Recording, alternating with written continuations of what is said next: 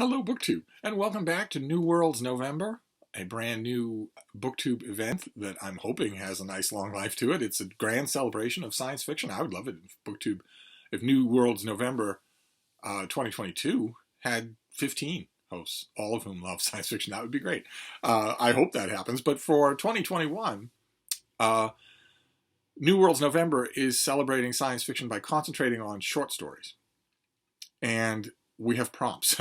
We have weekly prompts, just in case. You don't have to do them. Just in case you want a little help narrowing things down. And the prompt for this week is time travel. And it's a little bit of a coincidence here that two of the oldest hands here among the hosts, myself and Mark Richardson of Richardson Reads, aren't really big fans of time travel stories. Although, I think I could speak for Mark when I say we would be absolutely lost without the various time travel episodes of Star Trek. That doesn't matter. It's not the same thing. Somehow, it's not the same thing. And that is certainly true for me. Time travel stories have never really done it for me. Even before I was spending, a month a year reading about subatomic particles and quantum mechanics, I was still thinking, surely the past is not a place you can go and visit. Surely that is true. Surely the past is not a place you can go and visit physically. So time travel stories always bugged me like that, especially when they were set in some sort of world in which time travel was common, in which anyone could do it. That bothered me even when it started to creep into Star Trek. In Star Trek 3, The Search for Spock, my favorite Star Trek movie, traveling through time is in Star Trek 3, the crew loses the Enterprise and boards a Klingon bird of prey, an ordinary Klingon bird of prey. There are thousands of them in service in the Klingon Empire. And in Star Trek 4, The Voyage Home, Mr. Spock, acting just mentally, without using any computers, devises enough calculations in order to allow that Klingon bird of prey to slingshot around the sun and travel back in time to a specific year. To a specific place at a specific year. And, I love that movie. I love The Voyage Home, as everybody does, of course. But I was thinking, well, Mr. Spock just had his Katra reinfused with his physical body. It stands to reason his calculations might not be perfect, and yet here they are perfect. And it's also easy. It's easy to do. The crew is barely inconvenienced. Which means, surely, you would have hundreds of Klingon birds of prey slingshotting around stars to kill the president of the Federation in his cradle. Whatnot. It just, when time travel starts to become a regular thing, then I think it's just chaos. Not manageable as an idea. And I am further structuring my own New Worlds November. In addition to the time travel prompt, I'm structuring it by going through the square-bound pulp periodicals that publish new science fiction stories in America. The Magazine of Fantasy and Science Fiction, the magazine Analog, and Asimov's, and going through them for each prompt through the magazines that came out this year. It's a lot of fun, just tremendous fun. Having a blast going through these, revisiting these. I'll definitely do it next year as well, whether I do it for part of New Worlds November or not. I'm having a blast doing it, going through these and remembering I read these things front to back. I'm remembering all the highlights of them, and I went through a couple of issues last night and could not find a single effective time travel story. I couldn't find a single one that wasn't flash fiction or that wasn't just some squib of a thing. Nothing serious that involves someone either building a contraption or some other way to travel through time. I'm still looking. I have a lot of other issues to go through. But in the meantime, I thought for today, I would abuse my privileges as one of the hosts of New Worlds November by talking about AI and robotics, which was last week's prompt, one more time. One more time with another outstanding story that I found. I'm looking at the July-August issue of Asimov's here. And I was looking through it for time travel stories, and I found a robots AI story that I have to tell you about because I love it so much. I just love it so much. And rereading it, it really stood up. It's called Philly Killed His Car, and it's by Will McIntosh. It takes place in a very ordinary, very near future world. No futuristic devices. The only futuristic wrinkle is that all of the stuff around you is now AI. It's now smart, a so-called smart device, your toaster, the cushions in your shoes, your house, of course, the thermostat, the environmental controls, the electricity, your phone is you can't turn it off. It's AI. It's got an awareness of its own, so it doesn't turn off, and it knows. It talks to you. It pays attention. It follows all of your other devices. It knows all of your other devices. Uh, in this world, it's just been a few years since these things were granted a kind of personhood. They haven't been granted autonomy. They're still property, but they have a kind of personhood. You can't just treat them as dumb objects. You can't just do that. And there are a bunch of people in this world who intentionally scorn that kind of stuff. They spurn it because they want to treat it as an object. They don't want, as one character in this story puts it, they don't want updates on how the toaster is toasting the bread. They just want it to toast the bread. Philly actually says that at one point in this story. I don't know if I'll be able to find it. The world had become so incredibly effed up. He didn't want to have to ask his toaster to toast his bread, and he sure as hell didn't want to hear a play-by-play about how the toast was coming. He wanted the toaster to shut the F up and make the effing toast. And if he wanted to toss out his gabby toaster and get an old-fashioned manual one, he should be able to. Damn it.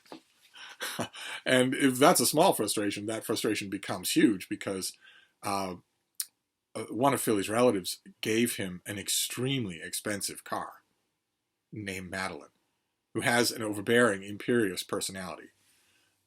She's not particularly likable. She criticizes Philly for not having enough money in his checking account. The phone tells her how much money he has in his checking account. He tells Philly all sorts of things. Philly's wife is pregnant, and he would really like to have the money that he could get from selling Madeline. That would really, really set him up. It would change his life completely. He works part-time at the dollar store. It would really change his life if he could sell her. But she has to agree. The story opens with a scene where Philly is showing her to a potential buyer. And she has all kinds of attitude. She's grilling the potential buyer. Will I be your only car? Oh, so you have a bunch of them. So I'd be just a status symbol for you. I don't think so. I don't think so. And she tells Philly, let's go.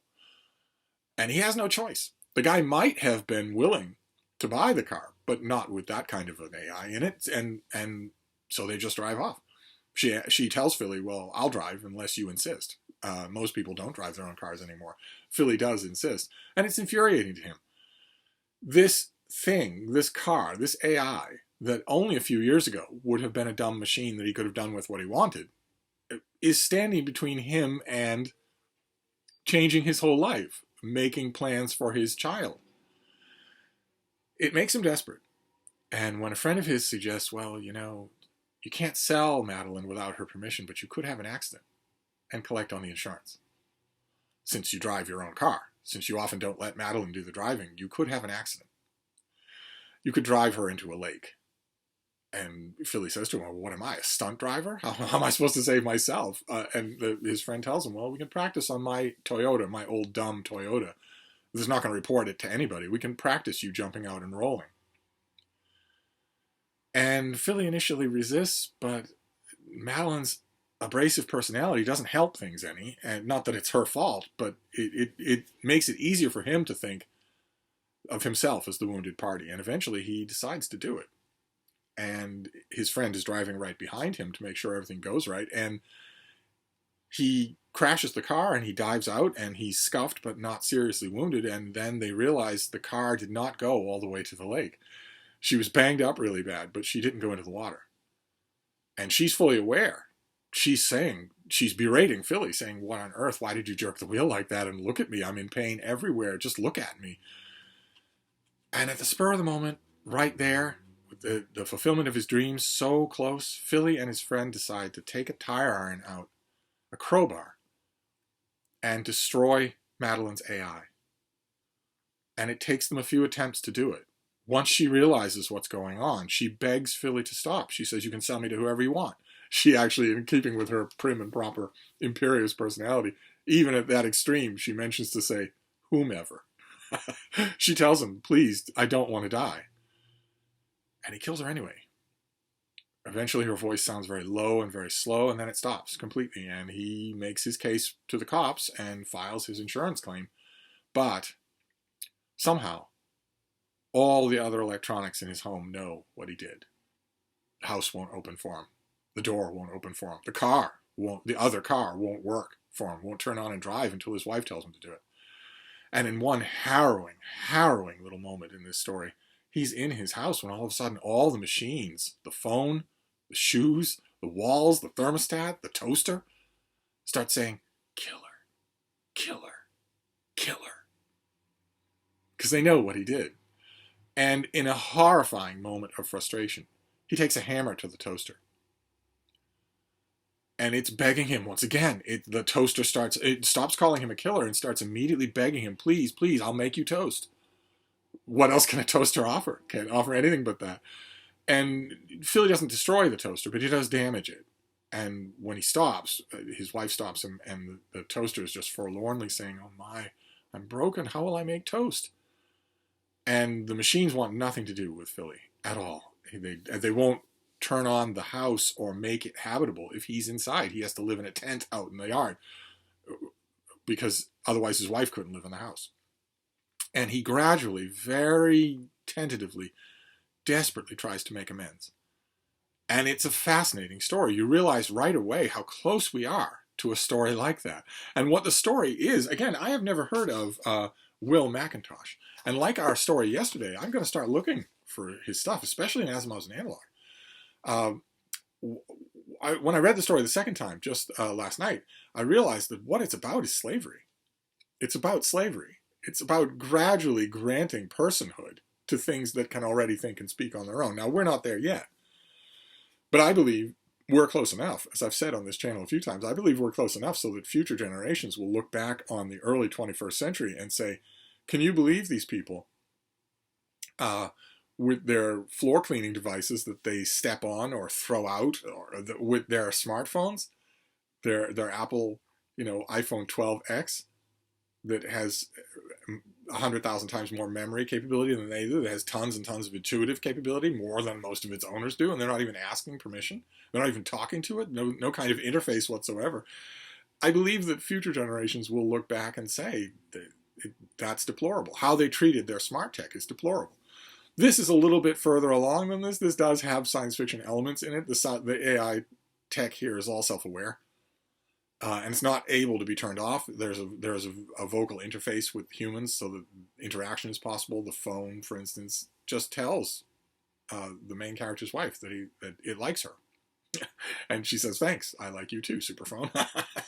There's that element of science fiction, but it's the best kind of science fiction for me because it immediately starts making you think about the world around you. It's close enough. It's intelligently enough extrapolating on the world around you to make you think about it. I think that's fascinating, just fascinating. And it also fulfills another great function of anthologies, which is to clue you into a writer that you didn't know about and now know you want to follow. That was true for me. I imagine true for a lot of longtime science fiction fans. That was true for me, even about some of the biggest names in the genre. Most of the biggest names in the genre I encountered in anthologies, whether it was Damon Knight or Robert Silverberg or Terry Carr or whoever.